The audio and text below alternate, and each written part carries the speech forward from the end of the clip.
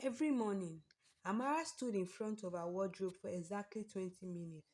Not because she had too many clothes, because she hated almost everything she owned. Too tight, too loose, too bright, too plain. Didn't suit her, made her look bigger, made her look shorter, made her skin look dull. But there was one dress she loved, a beautiful blue dress her mother had bought for her birthday. It fit her perfectly, and she had never worn it, not once. It had been hanging at the back of her wardrobe for almost a year. One Saturday morning, her best friend Sarah called. Amara, we are going to the beach. Get ready. I'm coming to pick you up. Amara looked at the blue dress. I'm not going. Why? I don't have anything to wear. Sarah laughed. You have an entire wardrobe. Nothing looks good on me. There was silence. Then Sarah said, wear the blue dress. Amara froze. How do you know about that dress? Because I bought it with your mother. Oh, wear it. I can't. Why? Amara looked at herself in the mirror. I just don't look like the kind of girls who wear dresses like that. Sarah didn't answer immediately. Then she said quietly, Amara, I'll be there in 30 minutes. The call ended. Amara stared at the dress. She took it out, put it on, looked in the mirror, and immediately hated it. Her stomach wasn't flat enough. Her arms looked too big. Her face looked too round. The dress was beautiful. She just didn't think she was.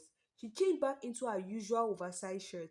When Sarah had arrived, she walked into the room and saw the beautiful blue dress lying on the bed. You didn't wear it. Amara shook her head. Sarah picked up the dress. Why? I told you it doesn't look good on me. Sarah looked at her for a long moment. Then she asked, do you remember when you bought this? Of course. You couldn't stop smiling. Amara frowned. You kept saying, I've never owned anything this beautiful. Sarah paused. Do you know when you stopped thinking the dress was beautiful? Amara didn't answer.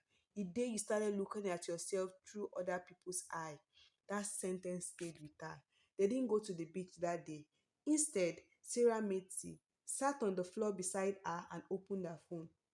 He showed Amara an old picture. It was from 2 years ago.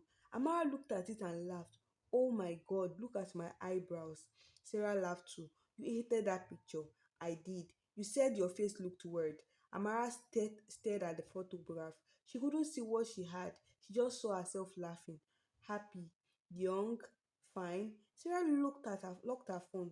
That's the problem. What?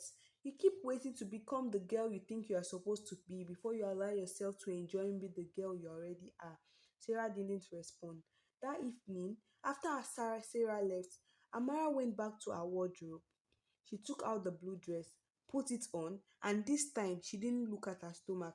She didn't inspect her face. She didn't turn sideways. She simply looked at herself. Then she picked up her phone, opened the camera, and took a picture. No filter, no editing, no deleting. She smiled and posted it. The caption was only 4 words. I wore the dress. Within minutes, her phone started buzzing, and for once, she didn't care what anyone thought because the person she had spent years trying to impress was finally herself. And the blue dress, she wore it so often after that her mother eventually joked, you know you own other clothes, right? Oh my God. Sometimes the biggest imperfection isn't the things we see in the mirror, is the way we've learned to see ourselves. Don't let insecurity keep you from experiencing your own life. You don't have to hate yourself into becoming better. Give yourself room to grow while still being kind to who you are today. You deserve to live, not just wait until you feel perfect enough to be seen.